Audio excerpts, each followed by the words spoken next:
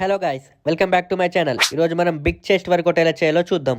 Big chest అంటే ఏం లేదండి, చెస్ట్ అనేది ఫాస్ట్గా ఇంకా పెద్దగా గ్రో కావాలంటే ఏం చేయాలో చూద్దాం. ఇప్పుడు నేను చెప్పే వర్కౌట్స్ మీరు హోమ్లో కానీ లేదా జిమ్లో కానీ చేయొచ్చు.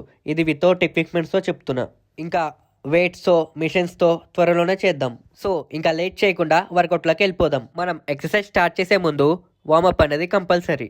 ఫస్ట్ వార్మప్ ఎక్సర్సైజ్ వచ్చేసరికి ఆర్మ్ సర్కిల్స్ 20 రెపిటేషన్స్. మీరు forward direction and backward direction రెండు చేయొచ్చు. సెకండ్ వార్మప్ ఎక్సర్సైజ్ వచ్చేసరికి షోల్డర్ రొటేషన్స్.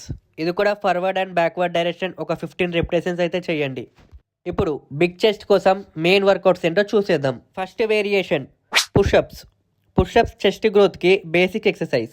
12 to 15 రెపిటేషన్ చేయండి, అది కూడా 3 సెట్స్. బాడీ స్ట్రేట్ పెట్టండి, చెస్ట్ ఏమో ఫ్లోర్ దగ్గరకు ఉండాలి. ఒకవేళ కరెక్ట్ ఫామ్తో పుషప్ ఎలా చేయాలనుకుంటే దీనిపైన ఆల్రెడీ ఒక వీడియో చేశాను, నా యూట్యూబ్ ఛానల్లో ఉంది, చూడొచ్చు.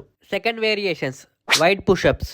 వైడ్ గ్రిప్ తీసుకోవడం వల్ల మన అవుటర్ చెస్ట్ ఎక్కువ ఇన్వాల్వ్మెంట్ అయితే అవుతుంది. ఇది మీరు 10 to 12 రెపిటేషన్ చేయండి ఆఫ్ 3 సెట్స్. మన వర్కౌట్ మూమెంట్ అనేది స్లో అండ్ కంట్రోల్డ్గా ఉండాలి. Third variations decline push-ups. మన లెగ్స్ అనేది అలా ఎలివేటెడ్ పొజిషన్లో అయితే ఉండాలి. లెగ్స్ ఎలివేటెడ్ ఉండడంతో అప్పర్ చెస్ట్ అనేది యాక్టివేట్ అవుతుంది. సో ఈ వేరియేషన్లో మన మెయిన్ ఫోకస్ అప్పర్ చెస్ట్ పైన. ఇది మీరు 8 to 10 రెపిటేషన్ చేయండి of 3 sets. Fourth exercise diamond push-ups. ఇది క్లియర్గా అబ్జర్వ్ చేయండి. నా హ్యాండ్ పొజిషన్ అలా డైమండ్ ఆర్ ట్రయాంగిల్ షేప్లో ఉండాలి. అలా పొజిషన్లో పెట్టడంతో మన ఇన్నర్ చెస్ట్ అనేది బాగా ఇన్వాల్వ్మెంట్ అవుతుంది. At the same time tricep కూడా బాగా ఎఫెక్టివ్గా ఉంటుంది.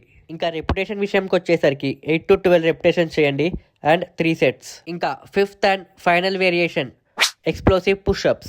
ఫైనల్ పంప్ కోసం మనం ఎక్స్ప్లోసివ్ మూమెంట్ అయితే కావాలి. సో మనం ఈ వేరియేషన్ చూస్ చేసుకున్నాం. చూడటానికి ఈ వేరియేషన్ ఈజీగా అనిపిస్తుంది, కానీ చేయడానికి కొంచెం కష్టమే. ఒకవేళ మీరు ఎప్పుడైనా ఈ వేరియేషన్ ట్రై చేస్తే మీకు ఎలాగ అనిపించిందో చెప్పండి. సో 6 to 8 రెప్యుటేషన్ చేయమని నేను రికమెండ్ చేస్తున్నాను.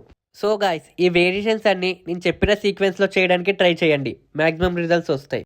జస్ట్ ఈ ప్రాసెస్ని మీరు కన్సిస్టెన్సీగా చేయండి. ఇంకా మీకు ఏమైనా డౌట్స్ ఉంటే కామెంట్ చేయండి. వీడియో నచ్చితే లైక్, షేర్ అండ్ సబ్స్క్రైబ్ చేయండి. మనలాంటి వాళ్ళకి ఇంకా రీచ్ అవుతుంది. Thank you.